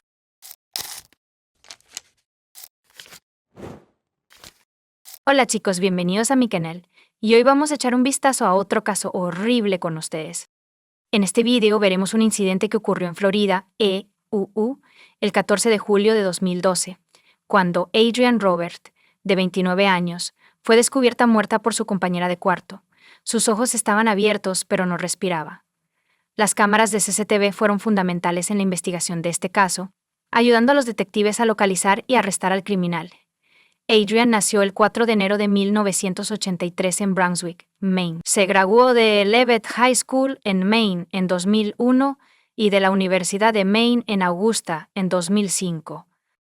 En 2007 se mudó de Maine a Clearwater, Florida. La familia y los amigos de Adrian la describieron como una persona hermosa y amable que siempre estaba alegre y llena de energía. Miraba al futuro con emoción. Ella y su novio, Justin, se estaban preparando para empezar una vida juntos. Adrian estaba alquilando una casa con su amigo Jay en ese momento. La relación con Justin estaba progresando, y en julio de 2012 encontraron una casa donde planeaban vivir juntos. Adrian empacó sus pertenencias y decidió dar una fiesta de despedida la noche del 13 de julio de 2012. Le dijo a su novio Justin que ella y su compañero de cuarto Jay planeaban ir al cine, a un bar o algo así. Justin no pudo unirse a ellos debido a un asunto de negocios urgente. Al mismo tiempo, Justin no tenía objeción a que Adrian pasara la noche en compañía de Jay. Después de todo, eran compañeros de cuarto y amigos. Jay y Adrian comenzaron sus celebraciones en casa. Tomaron unas copas, recordando momentos felices del pasado, pero luego decidieron continuar la noche en otro lugar, yendo al Diamond Doll Strip Club. Este establecimiento sigue en funcionamiento hoy en día y parece ser el mismo por fuera. A las 3:34 am, Jay llamó al 911 y le dijo al operador que acababa de regresar a casa y había descubierto a su compañero de cuarto muerto. Jay declaró que él y Adrian estaban en una discoteca, pero ella se había ido antes, así que él pasó más tiempo allí, y cuando regresó a casa la descubrió en el suelo del baño. Sus ojos estaban abiertos, pero no respiraba. También había signos de lucha, lo que implica un crimen. El operador le dijo a Jay que se concentrara y realizara RCP en Adrian mientras le daba instrucciones. Jay lo siguió todos, intentando reiniciar el corazón de Adrian hasta que llegaron los paramédicos. Desafortunadamente, cuando llegó la ambulancia, ella ya había muerto, y no pudieron ayudarla de ninguna manera. Fue declarada muerta en el lugar. La policía tuvo que responder las siguientes preguntas. ¿Quién mató a Adrian Roberts y estuvo involucrada su compañera de cuarto? Comenzaron buscando minuciosamente la casa, inspeccionando cada armario y revisando debajo de cada cama. La policía necesitaba asegurarse de que el criminal no se estuviera escondiendo en algún lugar dentro de la casa. Cuando los detectives y los expertos forenses llegaron a la escena del crimen, notaron que no había signos de entrada forzada en la puerta principal. Adrian yacía en el suelo del baño. Solo llevaba un sujetador. Su muerte fue causada por una puñalada en el pecho. Adrian estaba tratando de protegerse, como lo demuestran las señales de una lucha en el baño. El hecho de que ella estuviera casi desnuda llevó a los detectives a creer que el criminal era un hombre. Tuvieron que esperar más detalles de los expertos forenses que realizaron la autopsia. Los detectives descubrieron algo extraño mientras inspeccionaban más a fondo la casa. Mientras inspeccionaban el dormitorio de Adrian, notaron que una parte de la sábana de su cama había sido cortada. Sin duda, ese detective tenía una razón para sugerir que esa era la forma en que el criminal intentaba destruir las pruebas. Tal vez el ADN del criminal estaba en la sábana. Sin embargo, era extraño que la persona que lo hizo no se llevara toda la hoja. Después de todo, la parte restante de la sábana contenía algo de ADN. Descubrieron algo similar al líquido seminal y enviaron las muestras al laboratorio para su análisis. El coche de Adrian también se descubrió que faltaba del aparcamiento junto a la casa, lo que implica que había sido robado por un criminal. La policía buscó posibles testigos del crimen y emitió una alerta de búsqueda para el coche de la víctima. Para resolver este caso, los detectives necesitaban conocer cada detalle de las últimas horas de Adrian. Pero primero, tenían que informar a su familia sobre la trágica noticia. Los padres de Adrian estaban conmocionados por lo que le había sucedido. No podían creer que alguien hubiera llevado a su amada hija. El novio de Adrian, Justin, se enteró del incidente a la mañana siguiente. Cuando notó que la policía había acordonado la casa de Adrian, supo que algo estaba mal. Los detectives le informaron que Adrian había muerto anoche. Los criminales frecuentemente regresan a la escena del crimen. Dado esto y el hecho de que Justin tenía una relación con Adrian, los detectives comenzaron a investigarlo por posible implicación en el crimen. Los individuos más cercanos se convierten en los primeros sospechosos. Es una práctica común, y no hay nada sorprendente en ello. El mismo día, unas horas más tarde, descubrieron el coche de Adrian a unas pocas calles de su casa. Las luces estaban encendidas y las llaves estaban dentro del encendido. El coche abandonado solo confirmó la suposición de los investigadores de que el criminal había utilizado el coche de la víctima para huir de la escena del crimen. Los expertos forenses examinaron cuidadosamente el interior del vehículo, con la esperanza de encontrar algo que pudiera ayudar a resolver el caso. Los investigadores recurrieron a las grabaciones de las cámaras de seguridad para determinar quién estaba conduciendo el coche de Adrian. Desafortunadamente, el lugar donde la policía descubrió el coche de Adrian carecía de cámaras. No obstante, Había cámaras en los edificios cercanos. Revisando las grabaciones, los investigadores notaron a un hombre vestido con pantalones cortos, una gorra de béisbol y cabello largo. Era aproximadamente la misma hora en que llegó la llamada al 911. Él caminaba lentamente en la dirección opuesta al coche de Adrian, y era crucial saber a dónde iba después. Había otra cámara de vigilancia a la vuelta de la esquina. Sin embargo, los investigadores se sintieron muy decepcionados. Este hombre tomó el camino opuesto. Como resultado, perdieron el rastro de su ubicación. Reprodujeron la grabación docenas de veces, con la esperanza de captar algo que no hubieran notado antes. Sin embargo, era difícil ver algo más que las características generales de este hombre. Porque la grabación se hizo por la noche. Entrevistar a los testigos proporcionó a la policía nueva información para considerar mientras estaban sentados en el porche de su casa por la noche. Uno de los vecinos notó a Adrian y a un hombre corriendo por la acera. Era inusual por varias razones. Primero, era tarde en la noche. En segundo lugar, no parecía que hubieran salido a correr. Adrian llevaba un vestido en lugar de ropa deportiva. Además, llevaba zapatos en la mano. El hombre que corría detrás de ella no estaba vestido con ropa deportiva, pero no parecía estar acosándola porque Adrian no estaba gritando ni pidiendo ayuda. Como resultado, el vecino le dio poca importancia a lo que vio.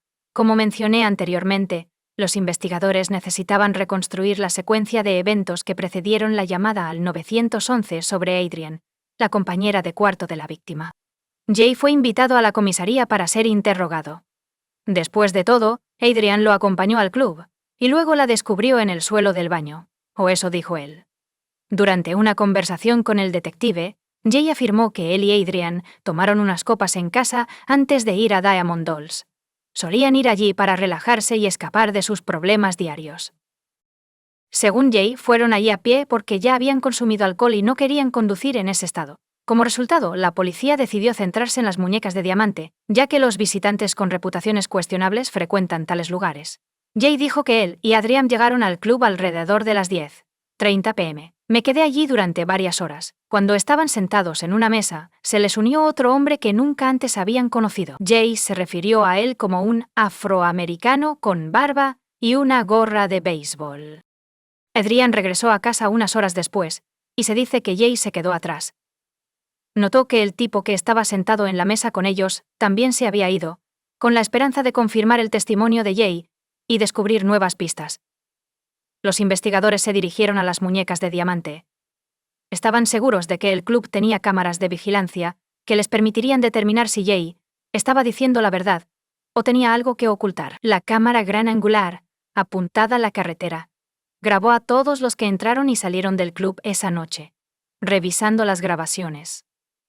Los investigadores descubrieron el momento en que Jay y Adrian llegaron al club. Estaban relajados, y no estaba ocurriendo nada fuera de lo normal. La otra cámara estaba posicionada en la entrada del club. Además, la calidad de la grabación era bastante buena. Permitió a la policía hacer. Las imágenes de las cámaras de seguridad verificaron el testimonio de Jay. Salió del club solo a las 2:53 a.m. Salió, cruzó el estacionamiento y caminó hacia su casa. Adrian también salió del club antes que Jay, a la 1:38 a.m., según las cámaras de seguridad. Cuando Adrian entró al club, los espectadores más observadores probablemente notaron que algo estaba mal. Ella llevaba un vestido y lo que parecía ser una chaqueta. Sin embargo, cuando regresa a casa, solo lleva puesto un vestido. Adrienne había salido del club y estaba a punto de irse a casa. Pero 4 segundos después, un hombre con una gorra de béisbol salió del club. Salió corriendo tras ella para devolverle la chaqueta que había dejado dentro. Después de que le devolvió la chaqueta a Adrienne, parecían estar discutiendo algo. Nunca sabremos de qué estaban hablando en ese momento. En lugar de regresar al club, este hombre siguió a Adrienne fuera del estacionamiento, donde giraron a la derecha. Como puedes ver, la calle no está llena de gente. Casi no hay casas aquí. ¿Adrian se sintió en peligro en ese momento? Quizás. Nunca lo sabremos con certeza. Los investigadores concluyeron que el hombre captado por la cámara en el club y el hombre visto cerca del coche abandonado de Adrian no eran la misma persona. Dadas todas las circunstancias que rodean su muerte, concluyeron que el perpetrador era muy probablemente el hombre que vieron en las grabaciones de las cámaras de seguridad del club, y que el hombre en esta grabación podría ser un transeúnte al azar. En cualquier caso, la policía estaba investigando todos los posibles escenarios y esperaba proporcionar respuestas a los padres de Adrian lo antes posible. Su familia viajó a Florida para recoger sus pertenencias. Los investigadores se reunieron con Mark y Dolores y prometieron hacer todo lo posible para localizar y procesar al criminal. Los padres de Adrian la describieron como una persona amigable que no tenía enemigos. Se llevaba bien con su novio, Justin, y su compañero de cuarto, Jay. Los investigadores creen que Adrian no tenía ninguna conexión real con la persona que la asesinó. Pronto llegó el informe del laboratorio. Aunque el criminal cortó una porción de la sábana en un intento de eludir la responsabilidad, los expertos forenses descubrieron ADN masculino allí. Además, apareció no solo en la sábana, sino también en el cuerpo de Adrian, dentro de las paredes. Cuando los investigadores compararon el ADN obtenido con la base de datos, estaban decepcionados de que no hubiera coincidencias. Así, la policía tenía el ADN de un hombre desconocido y las grabaciones de CCTV del club donde Adrian pasó su última noche. En este punto de la investigación, los detectives consideraron que las grabaciones eran la pista más importante para resolver el caso. Examinaban las grabaciones de nuevo, pero esta vez no solo veían las grabaciones nocturnas, sino también las grabaciones diurnas, lo que dio resultados. Aproximadamente 8 horas antes de que Grain muriera, los investigadores vieron al mismo hombre con el que Grain estaba hablando en el estacionamiento y que se fue con ella. La policía ahora tenía una mejor vista de su rostro. Pero eso no es todo. Estaba tratando de averiguar cómo ese desconocido entró al club. Los investigadores notaron que había llegado en taxi. El número de teléfono impreso en la carrocería del taxi era visible en la grabación, y la marca del coche se identificó fácilmente. Este hombre ahora podría ser identificado con mucha más facilidad. Los detectives descubrieron el número de teléfono utilizado para pedir un taxi, que fue capturado en video cerca de las muñecas de diamante, y descubrieron que pertenecía a Thomas Frederick. Cuando compararon la foto de su licencia de conducir con la imagen del hombre en las grabaciones de CCTV, se dieron cuenta de que estaban mirando a la misma persona. Thomas Frederick se había convertido en el principal sospechoso en este caso, y la policía necesitaba pruebas irrefutables para arrestarlo. Las grabaciones de las cámaras por sí solas eran insuficientes. Como resultado, observaron a Frederick en secreto. La policía tenía miedo de asustarlo, así que decidieron obtener su ADN sin que él lo supiera. Los oficiales lo monitorearon durante 1 semana y media, esperando el momento adecuado. Lo siguieron al trabajo, pasaron toda la noche vigilándolo en su casa. Siempre estaban allí, esperando pacientemente a que les diera algo, y valió la pena. Un día, Frederick arrojó una colilla de cigarrillo en la carretera. Recogieron las colillas de cigarrillos y las enviaron al laboratorio para realizar pruebas de ADN. Era necesario determinar si Thomas Frederick era responsable de las huellas encontradas en la casa de Adrian Robert. Mientras esperaban los resultados de las pruebas, los policías continuaron vigilándolo en secreto, temiendo que huyera del estado. Todos esperaban ansiosamente el informe del laboratorio poco después de que se emitiera. Eso concluye. No es extraño que el ADN en la sábana en las paredes de la casa y el cuerpo de Adrian pertenecieran a Thomas Frederick. Después de recibir esta información, los oficiales de policía lo arrestaron y lo trasladaron a la comisaría. Durante el interrogatorio, el hombre declaró que frecuentemente visita diferentes clubes y bares y casi siempre conoce a gente nueva allí. Cuando la policía le mostró una foto de Adrian Robert, él declaró que la conoció en Diamond Dolls. Adrian supuestamente le invitó a una bebida, después de lo cual bailaron y hablaron. Frederick dijo que fue a trabajar después del club, pero las imágenes de las cámaras de seguridad contradijeron sus afirmaciones. Cuando los detectives señalaron la inconsistencia, reveló que se había ido con Adrian. Dijo que él y Adrian caminaron juntos hasta el final de la calle antes de separarse en diferentes direcciones. Suena conveniente, ¿verdad? Sobre todo cuando lo dice alguien que podría enfrentarse a cadena perpetua. Cuando se le preguntó si alguna vez había estado en la casa de Adrienne, Frederick dijo que no podía recordar porque había bebido demasiado. Como resultado, comenzó a contradecir sus propias declaraciones. O quizás Frederick solo tenía algunos recuerdos de esa noche. Recordaba que habían llegado al final de la calle y luego se habían despedido. El hombre recordó haber ido a trabajar después del club, pero no podía recordar haber estado en la casa de Adrienne. Los investigadores sabían que estaba mintiendo porque tenían un testigo que vio a Adrienne correr descalza con sus zapatos en las manos, y a este hombre corriendo detrás de ella. Cuando le contaron a Frederick sobre eso, dijo que Adrienne le pidió que la acompañara a casa y luego dijo que necesitaba apresurarse. Se quitó los zapatos y corrió. El hombre afirmó que no tenía otra opción que correr con ella. Afirmó que no la persiguió y que, en cambio, le hizo compañía. Los detectives se cansaron de escuchar sus historias que cambiaban constantemente, y lo acusaron de atacar a Adrian. Le dijeron que su ADN estaba en la sábana, el cuerpo de Adrian y una variedad de otros objetos en su casa. Frederick se dio cuenta de que no podía salir impune. Afirmó que estaba actuando en defensa propia. Ahora su memoria ha regresado. Afirmó que él y Adriani fueron a su casa y tuvieron relaciones sexuadas consensuadas. Adriani se sintió mal poco después, y fueron al baño, donde ella vomitó. Luego empezaron a pelear. Adriani sacó un cuchillo, lo amenazó e intentó herirlo. Ejerció su derecho a la legítima defensa, lo que resultó en la muerte de Adriani. Frederick supuestamente entró en pánico y no tenía idea de qué hacer, así que decidió no llamar al 911. En su lugar, huyó porque sabía que lo culparían por la muerte de la mujer.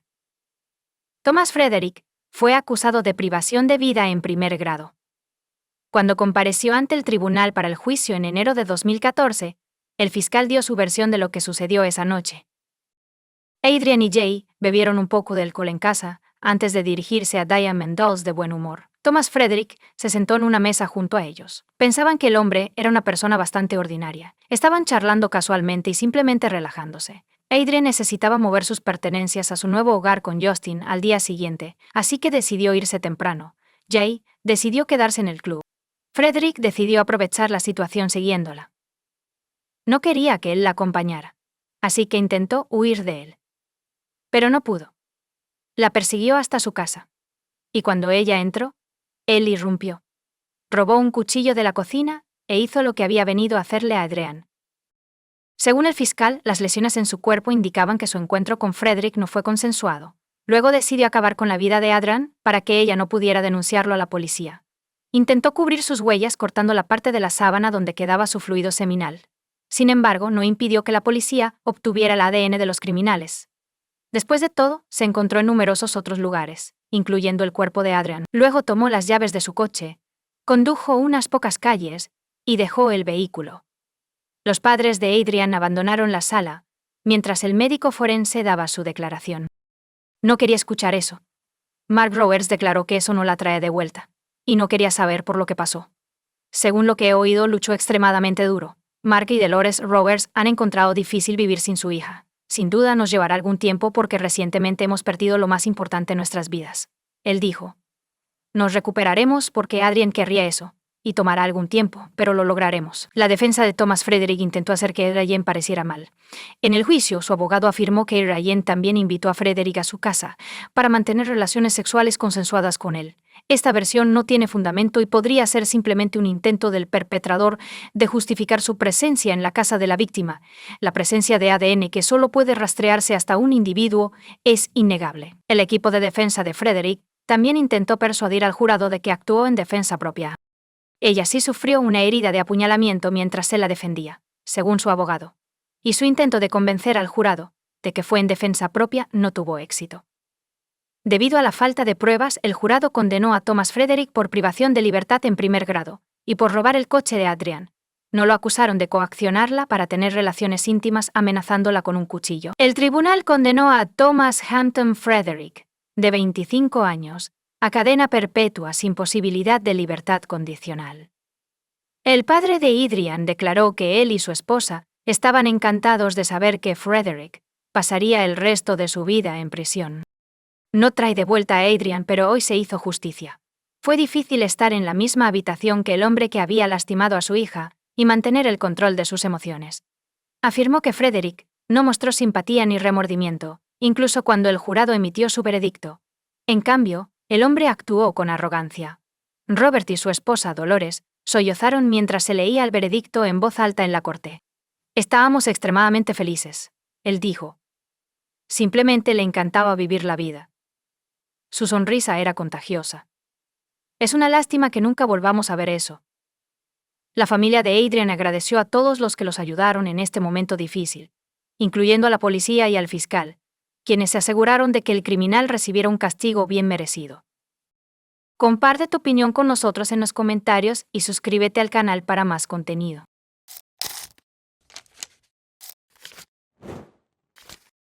El 11 de agosto de 2008. El lunes, Sarah Whitmer, una higienista dental de 24 años, y su esposo de 27 años, Ryan Whitmer, un planificador deportivo, estaban en su casa en Fort Thomas, Kentucky. Sarah acababa de terminar su turno en una clínica dental, y Ryan también había terminado su jornada. La pareja, que se conoció a través de amigos en común, y rápidamente se volvió inseparable, pasó una tranquila velada juntos. Su relación había progresado desde una cita a ciegas en un pub, hasta comprar una casa, casarse, y estar en medio de la felicidad de los recién casados después de solo 4 meses de matrimonio, mientras miraban hacia su futuro, que incluía planes para una luna de miel en Costa Rica y unas vacaciones en Cancún. La anticipación más emocionante giraba en torno a la posibilidad de conseguir un nuevo cachorro, lo cual estaban persiguiendo activamente juntos. El 11 de agosto, Ryan y Sarah Whitmer vieron televisión mientras comían hamburguesas sobrantes, mazorcas de maíz y papas con queso. Según Ryan, comenzaron con algunos de los programas favoritos de Sarah antes de pasar a un partido de fútbol. Sarah luego decidió tomar un baño en el baño del dormitorio principal. Ryan recordó que ella le pidió que revisara las puertas antes de acompañarla arriba. Recordó que ella subió las escaleras, después de que ambos dijeran: «Te amo». Camina de puntillas como solía hacer con frecuencia. A las 10:49 p.m. esa noche Ryan marcó el 911, la llamada duró 7 minutos, le dijo al despachador del 911 que su esposa se había quedado dormida en la bañera en su casa en Monroe, Ohio. Ryan informó al despachador que su esposa se había quedado dormida en la bañera, creo que estaba abajo, acabo de subir aquí y ella estaba boca abajo en la bañera. Ryan le dijo al despachador que había estado viendo televisión abajo y subió para encontrar a Sarah boca abajo en la bañera. Mencionó que ella frecuentemente se quedaba dormida en la bañera. Ryan siguió las instrucciones del despachador y sacó a Sarah de la bañera antes de ser guiado a través de la RCP.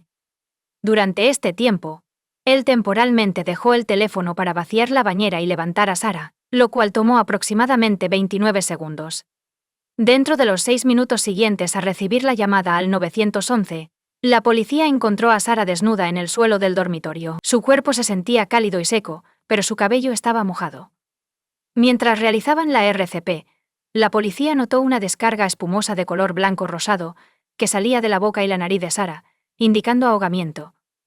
Cuando llegaron los paramédicos, hicieron 2 intentos fallidos de intubar a Sarah en su dormitorio. Se hicieron 2 intentos más en la ambulancia, durante el viaje de 10 minutos al hospital. A pesar de un 5º intento de intubación fallido, el médico de la sala de emergencias del hospital hizo un 6º intento y tuvo éxito. Desafortunadamente, fue demasiado tarde. Sarah fue declarada muerta esa misma noche. Cuando fue interrogado en el hospital, Ryan le dijo a la policía que él y Sarah estaban solos en casa esa noche. Mencionó que estaba viendo un partido de fútbol en la televisión de abajo mientras Sarah se estaba bañando alrededor de las 10 p.m. y expresó su preocupación a la policía de que temía que ella se quedara dormida en la bañera. Cuando le preguntaron si Sarah se había quedado dormida en la bañera, Ryan dijo que no, pero que sí tenía la costumbre de quedarse dormida en lugares inusuales. A pesar de la afirmación de Ryan a la policía de que encontró a Sarah en la bañera y asumió que se había quedado dormida, las autoridades se mostraron sospechosas. Cuando llegaron a la casa, notaron que la piel de Sarah estaba seca, pero su cabello estaba mojado. Los detectives notaron inconsistencias en el relato de Ryan, particularmente durante la llamada al 911, cuando describió encontrar a Sarah boca abajo en la bañera. Había preocupaciones sobre una posible contradicción porque creían que Ryan le dijo a la enfermera en el hospital que la encontró boca arriba. Durante la búsqueda en la residencia de los Grandes Espejos, las fuerzas del orden descubrieron varias discrepancias que generaron más preocupaciones. El suelo del baño, la alfombra del baño y la toalla en el suelo estaban todos secos. La bañera estaba mayormente seca, con solo unas pocas gotas visibles cerca del desagüe. Notablemente, no se encontraron toallas mojadas en la casa. La policía descubrió inconsistencias adicionales en el relato de Ryan. Ryan les había dicho inicialmente que estaba viendo un partido de fútbol de los Cincinnati Bengals en la televisión de abajo, mientras Sarah se bañaba. Sin embargo, al inspeccionar, el televisor de abajo no estaba sintonizado en ese canal. En cambio, el televisor del dormitorio estaba sintonizado en el canal especificado. La policía también descubrió manchas de sangre en la alfombra del dormitorio, donde Sarah había sido encontrada tendida en el suelo cuando llegaron. Estos hallazgos levantaron sospechas y se sumaron a la creciente lista de inconsistencias en el relato de Ryan sobre lo que sucedió esa noche. El doctor Russell Updegrove, el forense del condado de Warren, realizó la autopsia a Sarah, y sus hallazgos revelaron que la causa de su muerte fue ahogamiento. Cabe destacar que durante el examen se documentaron varias lesiones físicas, incluyendo hematomas leves en el lado derecho de su frente, una hemorragia específica en la superficie interna de su párpado, hematomas en el lado izquierdo de su cuello, una contusión en la parte posterior de su cuello y una abrasión en su axila izquierda, así como hematomas y laceraciones en su labio superior. Sarah tenía hemorragias musculares profundas en la parte frontal de su cuello, así como contusiones en el cuero cabelludo.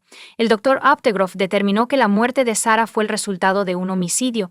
Él declaró que la lesión de Sarah ocurrió antes de su muerte y no era consistente con las lesiones comúnmente asociadas con la RCP.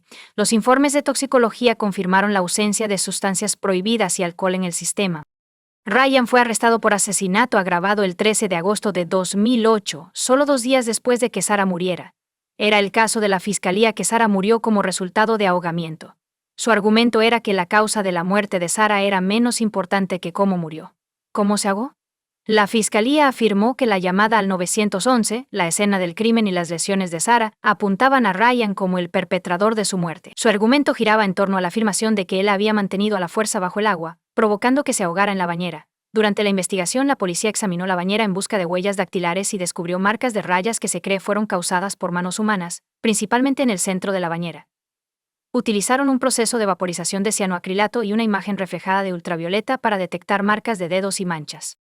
También se descubrió una impresión de antebrazo en la bañera que se determinó que fue hecha por un hombre adulto mediante pruebas de folículos pilosos. Sin embargo, no se pudo determinar el momento exacto de la impresión. La fiscalía también afirmó que la falta de humedad dentro del baño era incompatible con el escenario que Ryan describió. Si Sarah se hubiera ahogado y Ryan lo hubiera sacado de la bañera, el suelo y otros objetos del baño habrían estado empapados. Enfatizan al jurado que el cuerpo de Sarah estaba seco cuando la policía llegó minutos después de que Ryan llamara al 911. La fiscalía citó detalles de la llamada al 911, afirmando que Ryan había revelado demasiada información y estaba orquestando la llamada, lo que implicaba premeditación.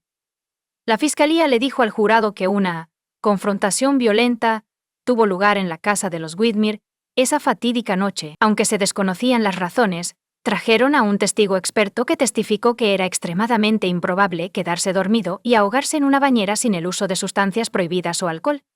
Según este testimonio, la sensación del agua en la cara o la activación del reflejo nauseoso generalmente despertarían a una persona, y si eso no funcionara, una disminución en los niveles de oxígeno haría el truco. La fiscalía convocó al forense Updegrove, quien realizó la autopsia de Sarah, para que proporcionara su opinión experta sobre los eventos de esa noche. Testificó que una explicación plausible para el cuerpo seco de Sarah y su cabello mojado sería que su cabeza fue empujada sobre el borde de una bañera, inodoro o lavabo. Este acto podría haber ocurrido hacia adelante o hacia atrás en agua corriente o sumergido en agua completa. La afirmación central de la acusación fue que Ryan sostuvo intencionadamente la cabeza de Sarah bajo el agua hasta que se ahogó y argumentaron que debería ser declarado culpable de su asesinato. En respuesta, la defensa argumentó que no había suficiente evidencia para respaldar la afirmación de Ryan de haber matado a Sarah. Enfatizaron el aparente amor de la pareja y argumentaron que Ryan no tenía un motivo discernible para hacerle daño a Sarah. Según la defensa, quienes conocían a Ryan nunca lo habían visto enojado ni alzando la voz. Los amigos de la pareja atestiguaron su felicidad y compartieron la creencia de que estaban planeando un futuro brillante juntos. Para reforzar su caso, la defensa realizó su propia autopsia, presumiblemente para desafiar o proporcionar un punto de vista alternativo a los hallazgos presentados por los testigos de la acusación, particularmente el forense Updegrove. El Dr. Werner Spitz, quien había sido contratado por la defensa, realizó una segunda autopsia el 15 de agosto de 2008, 2 días después de la primera. Aunque estuvo de acuerdo con la conclusión de que la causa de la muerte de Sarah fue ahogamiento, el Dr. Spitz expresó una opinión diferente sobre la manera de la muerte, diciendo que él la habría considerado indeterminada. Vio varias lesiones en su cuello, brazo cerca del pliegue del codo, labio superior, nuca, cuero cabelludo, un desgarro en su hígado y hemorragia en el cuello. El Dr. Spitz no pudo determinar de manera definitiva si estas lesiones fueron el resultado de la RCP. Como resultado, declaró que no consideraría su muerte un homicidio. La defensa argumentó que si hubiera habido una alteración violenta, como afirmaba la acusación, habría habido evidencia de ello. Notablemente, se encontró que las uñas de Ryan y Sarah no estaban rotas ni astillados y no presentaban ninguna herida. La defensa también destacó la presencia de ADN femenino encontrado bajo las uñas de Sarah sin que se haya identificado coincidencia. Sostuvieron que las lesiones de Sarah fueron probablemente el resultado de la reanimación cardiopulmonar prolongada y los múltiples intentos de intubación realizados esa noche, tanto dentro de la casa como en la ambulancia estacionada fuera de la casa durante el transporte al hospital.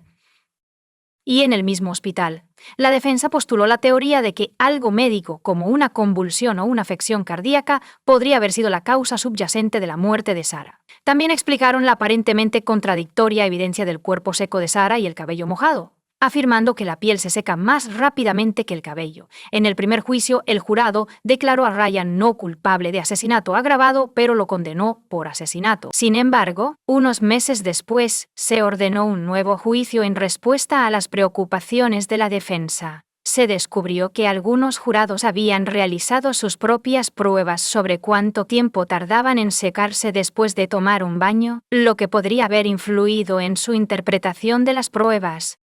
El segundo juicio de Ryan fue en mayo de 2010, sin embargo el jurado no pudo llegar a una decisión, lo que llevó a la declaración de un juicio nulo.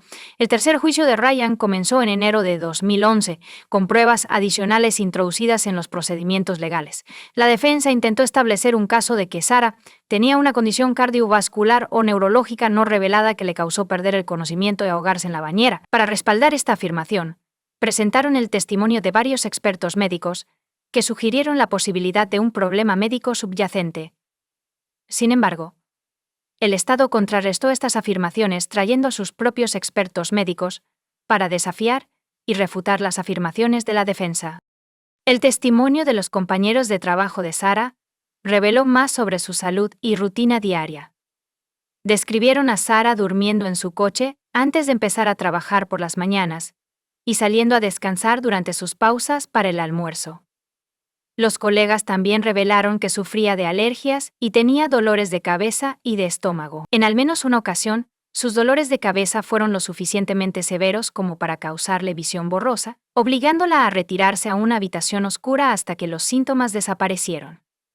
El doctor Benjamin Mesmer, un dentista en la consulta de Sarah, subió al estrado y testificó que estuvo presente cuando ella murió. Recordó que ella se quejaba de un dolor de cabeza y de estómago ese día.